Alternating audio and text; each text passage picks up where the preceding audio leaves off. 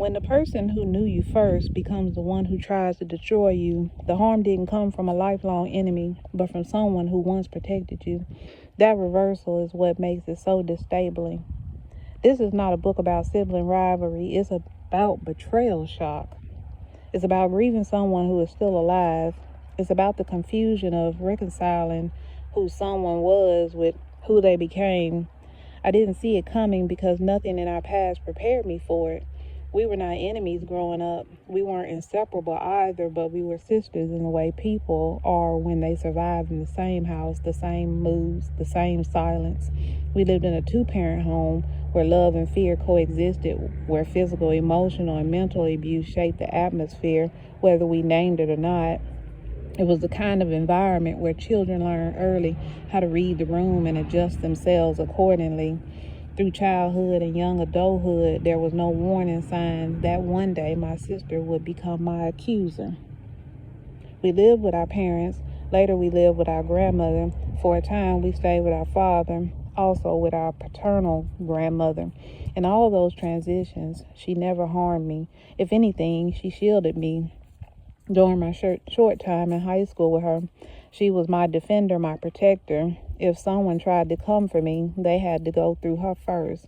When she received clothes from others, she made sure they were my size too. Shoes as well. She watched out for me in ways that felt quiet but intentional. Those memories are real. I don't rewrite them to make sense of what came later. That's what makes the betrayal unbearable. When adulthood came, something shifted, slowly at first, then violently. Manipulation replaced protection, lies replaced loyalty, accusations replaced concern. The sister who once stood between me and harm began creating it. And because she was my blood, because she knew my history, my vulnerabilities, my name before the world knew it, the impact landed differently, harder, deeper. It wasn't just an attack, it was an unraveling. The day I realized who she had become, something in me broke, not loudly, quietly, in the way things do when you finally understand that the relationship you are fighting for no longer exists. What followed was just not loss, but grief without permission, because grieving someone who is still alive confuses people. It makes them uncomfortable. They want reconciliation stories, happy endings. What they don't understand is that sometimes distance is not cruelty, it is survival. And loving someone does not require allowing them to destroy you. She became someone I could no longer recognize or trust. The change didn't begin in our childhood. It didn't even begin when we lived under the same roof. It began in my sister's adulthood, after she was married, after she had children, after she had built a life in another state. She lived hours away from me, but close enough to our grandmother that her life still brushed against ours. I stayed connected mostly through my grandmother. I checked on her often, and she would tell me what was going on. At the time, I felt a strange sense of relief knowing my grandmother was nearby. If nothing else, I believed the children had someone steady in their corner.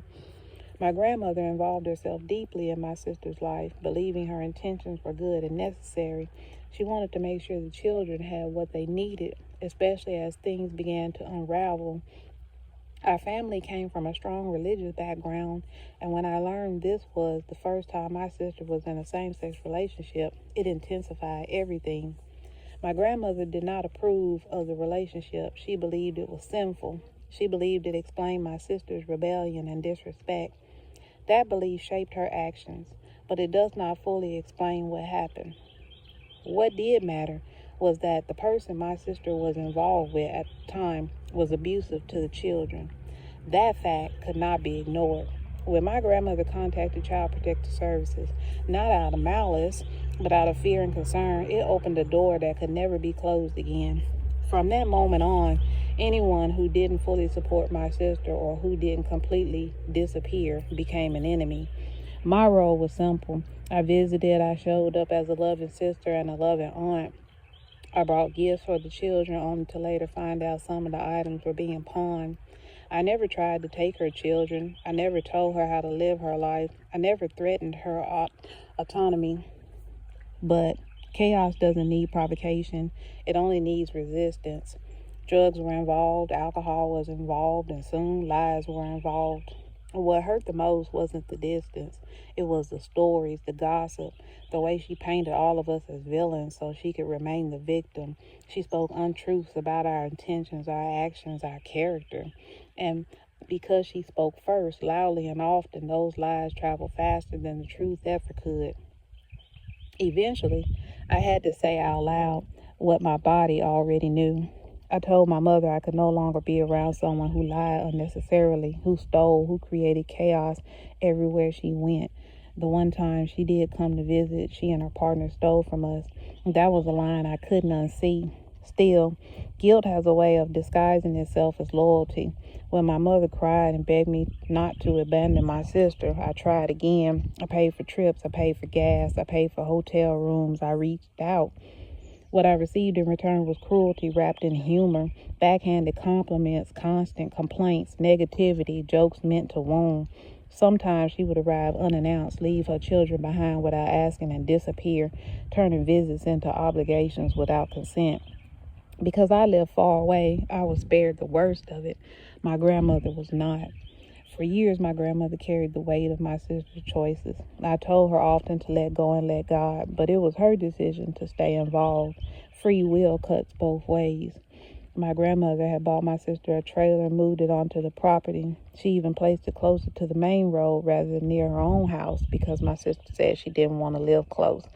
She didn't want our grandmother in her business. This shows just how much my grandmother wanted to help and be there for her.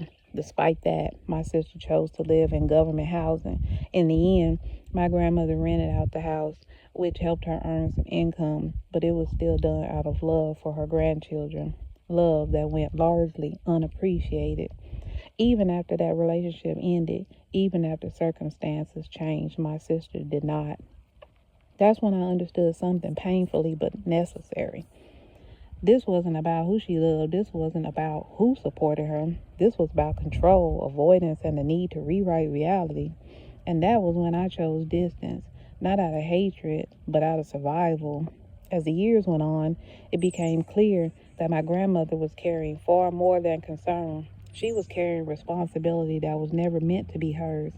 She spent the majority of her later life exhausting her finances, her time, and her energy, trying to provide my sister's children with a safe place to land when things fell apart, as they often did. She wasn't trying to replace their mother. She wasn't trying to control my sister's life. She was simply trying to make sure the children were fed, clothed, and protected when stability disappeared. My sister saw it differently. What my grandmother viewed as protection, my sister treated as convenience. What was meant to be temporary support slowly turned into expectation. The children stayed with my grandmother, not occasionally, but consistently. And what should have been help became free child care, free housing, free emotional labor without accountability or gratitude. Watching this unfold was painful, especially knowing how limited my grandmother's resources were. She gave what she had anyway. At the same time, my sister's life shifted rapidly and repeatedly. In a short span of years, she moved from a heterosexual marriage to a same-sex relationship and then back to a heterosexual relationship, eventually having another child, a son. Each transition came with upheaval, and each upheaval landed squarely on the children and on my grandmother. Through it all, my grandmother remained the constant, whether she should have been or not. And the longer this pattern continued, the clearer it became that love alone could not compensate for chaos. Good intentions could not fix what accountability refused to touch. My grandmother was aging, her body slowing down, while the children were growing stronger, faster, wilder, and still the pattern never changed.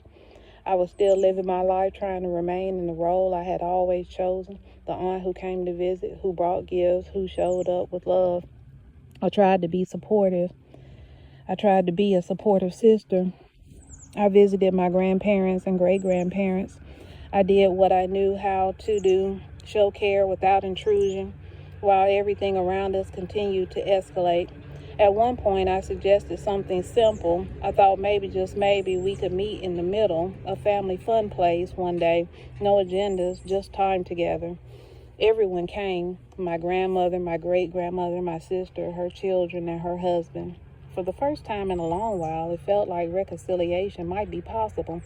Since she had a son and seeing everyone together, gave me a quiet sense of hope. That hope didn't last. Her son was not her husband's biological child. Without warning, she told him that the child belonged to me and my then husband. When he approached us smiling, congratulating us, we were stunned. We told him the truth, that the child was not ours. What pierced me wasn't just the lie, it was where and how it happened. She was holding her child as she said it. He was barely a year old, and though he could not understand the words, something in me understood immediately what that moment represented. To deny your own child out loud, publicly, and without hesitation was a kind of fracture I had never witnessed before. I remember thinking that I should have been prepared after all the lies, after all the manipulation. This should have not have shocked me, and yet it did. Still, we finished the day. We laughed when we accepted it. We made it best of it. I didn't want to burden my grandmother by telling her what had happened when we parted ways in the parking lot. I kept it to myself. That was the pattern too, absorbing the truth quietly so others could have peace.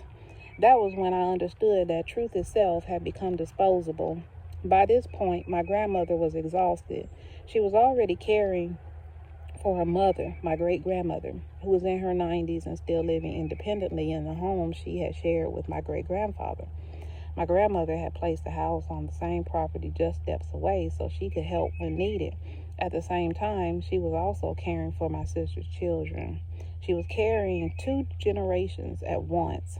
She had expressed clearly that she was tired, that she could not keep the children anymore, and that she needed rest. Those words should have mattered. The moment that broke everything came when my sister took her youngest child, still a toddler, to my great-grandmother's house and drove away, leaving him there. One of my aunts, one of my great-grandmother's daughters, was on the phone and heard a baby crying in the background. Alarmed, she immediately called my grandmother. My grandmother walked over to the house and found the child there, left in the care of a woman in her 90s. The family was outraged. Not out of judgment, but out of fear. Accountability was demanded. And as had become the pattern, that accountability turned us all into enemies. My sister was angry, not because what she had done was dangerous, but because it had been confronted. This was not an isolated incident. As my grandmother became more frail, I offered what I believed was a reasonable solution. I asked my sister if I could take the children for 1 school year so she could stabilize her life and my grandmother could finally rest. She agreed. This wasn't informal. We followed the rules. We went to the school system. She signed the paperwork. She gave written permission for me to have the children enrolled for that year. We agreed that I would file for child support from the fathers, 2 different fathers, so the children would be financially supported. I succeeded in doing that. Then the deception began again. She sent me a food stamp card and reported it stolen. She sent a credit card that was already maxed out. And when the child support case reached court, before the school year had even ended, she and her estranged husband appeared. In court, my sister told the district attorney that I did not have permission to have her children. If I had not had documentation, signed paperwork proving she had given consent, I would have been arrested. That moment broke something in me. She took the children back immediately, even though there were still weeks left in the school year. She then asked the judge to transfer the child support case to her state. The judge refused and explained that if she wanted to pursue child support, she would have to do so herself. Instead, the case was dropped. In one decision, she left her children without resources, not because help wasn't available, but because control mattered more than support. Over time, we learned that she had allowed multiple people to claim the children on their taxes. An ex-girlfriend, an estranged husband, my grandmother, always expecting money in return. Anyone who helped became financially entangled. Anyone who questioned it became a problem. What this created was not just emotional chaos, but legal and financial risks for everyone involved.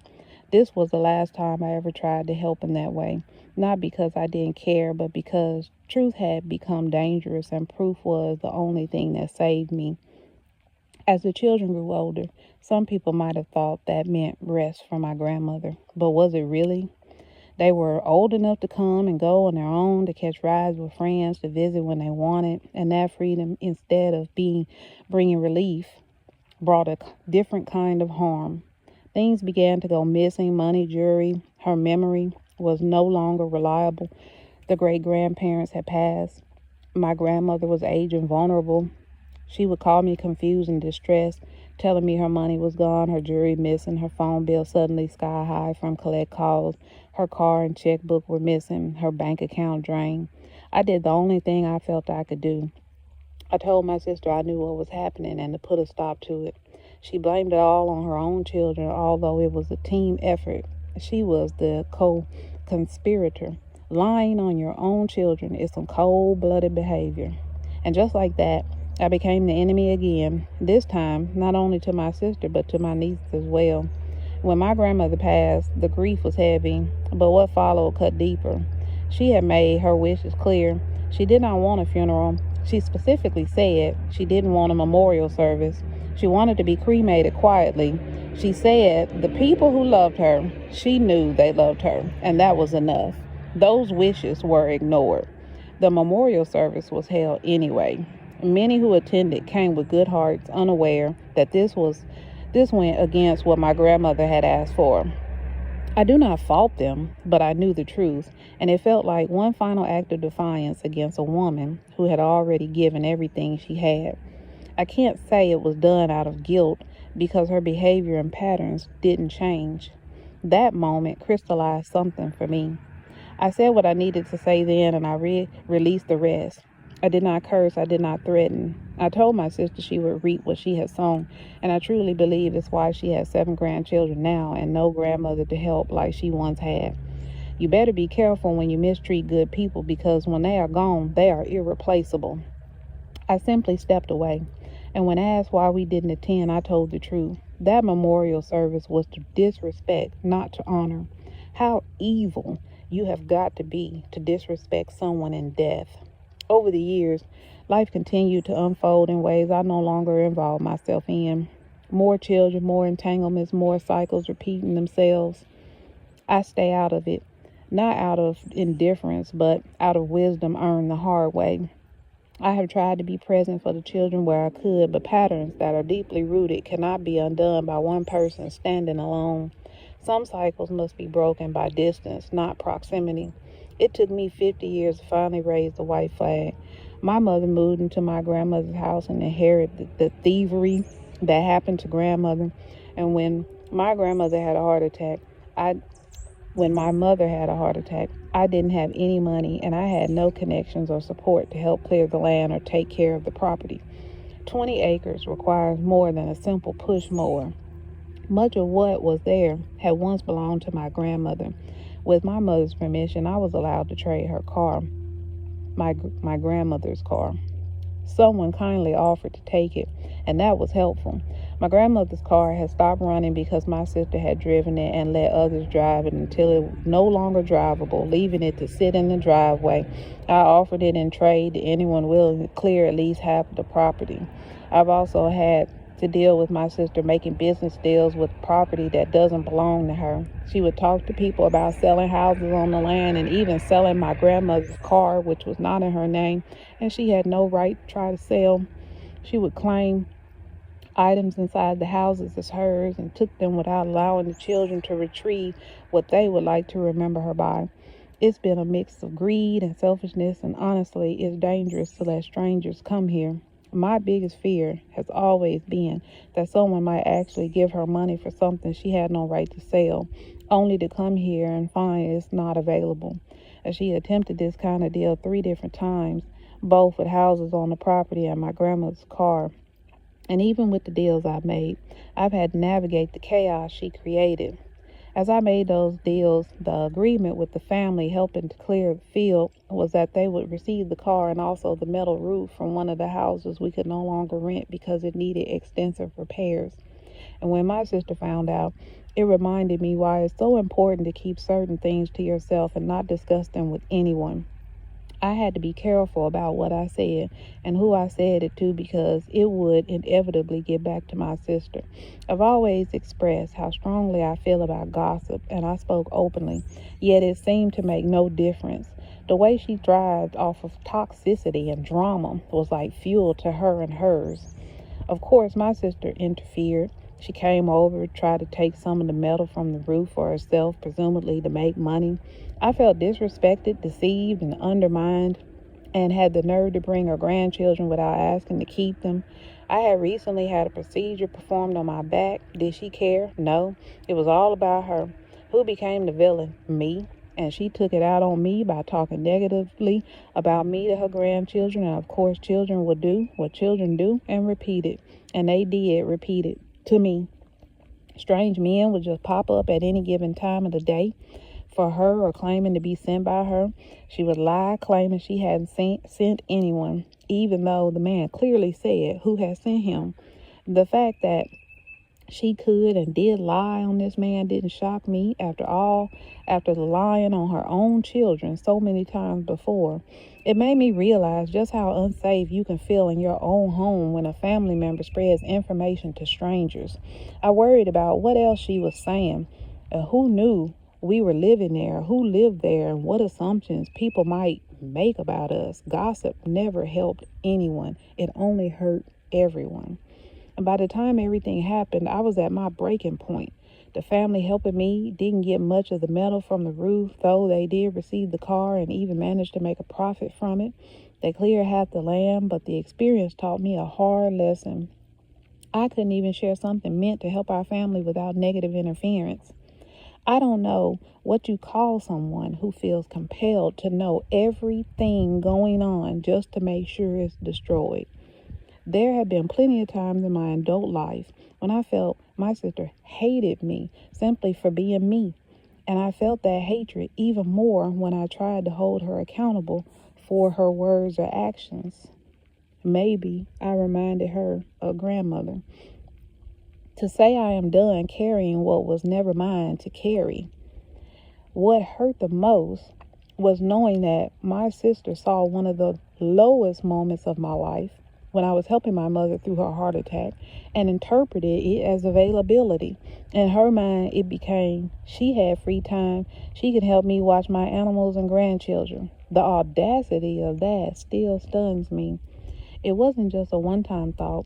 It was a pattern passed down through generations, and I had to draw a line.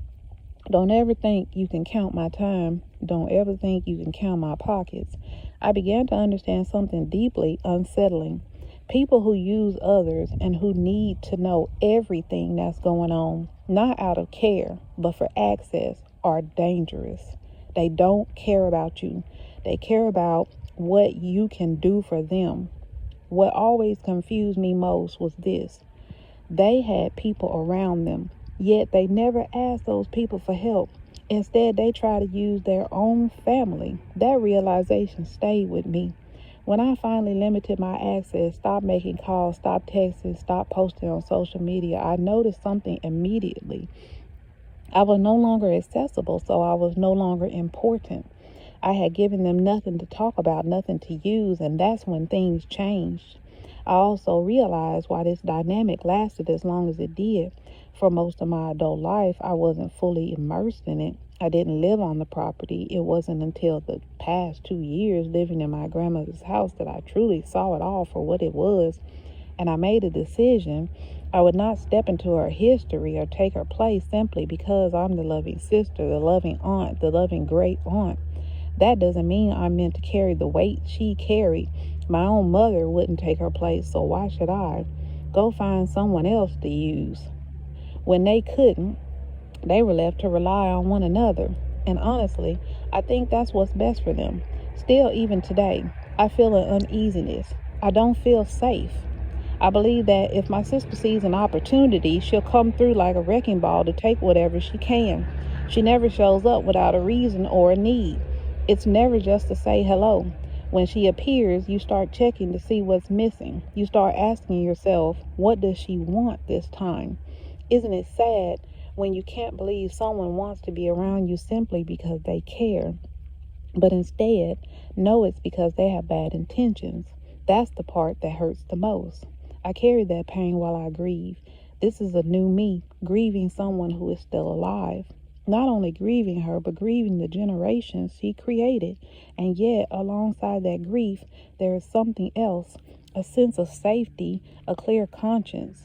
I know that everything I tried to do, I did out of love. I wanted to help.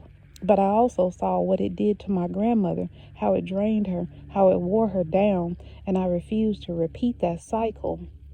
I don't need it, I don't want it, and I will fight to keep it away from me. If that means being seen as the villain, then so be it. I willingly take that role in this next season of my life because maybe there's a reason I'm here. I remember my great grandmother saying she wanted this land passed down from generation to generation. Unfortunately, greed and selfishness followed instead. Maybe I'm the one meant to carry it forward differently, with love, the way she did. And I consider that an honor. I choose to step away from the social media abuse, the verbal attacks, the gossip, the constant attempts to provoke or wound. I learned that people who talk to you will talk about you, and the only way to stop feeding that cycle is to give it nothing at all. I learned to preserve my peace. What remains is gratitude. Gratitude for my grandmother and my great grandmother, women who prayed over us, who tried their best to give us tools, resources, love, and support. We all had access to help.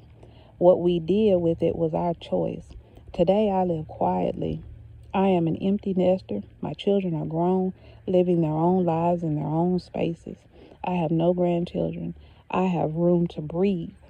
And I carry a grief that has no funeral. I grieve my sister while she is alive. I grieve the generations that follow her patterns.